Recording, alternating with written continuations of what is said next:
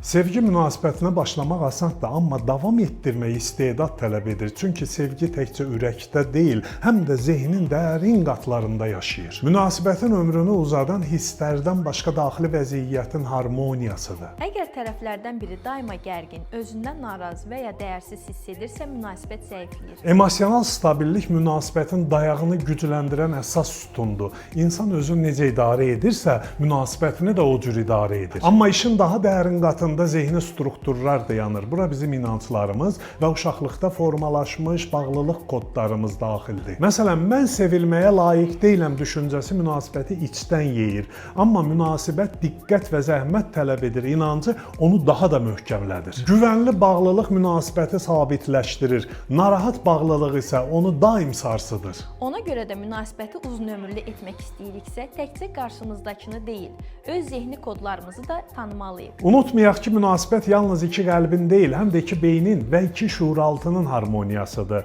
Sevgi davamiyyət üçün həm hissə, həm də şuura ehtiyac duyar. Bəs bu zehni kodları necə dəyişmək olar? Bax, burada NAT köməyə gəlir. NAT vasitəsilə siz münasibətlərdə, şəxsi həyatınızda və işinizdə sizi geri çəkən inancları tanıyacaq və onları dəyişməyə öyrənəcəksiniz. Bu sadəcə bilik deyil, real dəyişimin qapısıdır. Ona görə də sizi NAT təliminə dəvət edirəm. NAT vasitəsilə siz özünüzü istədiyiniz formaya gətirəcəksiniz. NAT vasitəsilə siz özünüzü istədiyiniz formaya gətirəcəksiniz. 16 fevralda Şuuraltı Açarlar adlı NAT dəyişim kampaniyasına start veririk. Əyani və onlayn qoşulma mümkündür. Əslində münasibət bir güzgüdür. Sən qarşındakı insana deyil, öz şuuraltının dərinliyini görürsən. Münasibətin davamı sənin özünü necə dərk etməyindən asılıdır. Fikirləriniz çox maraqlıdır.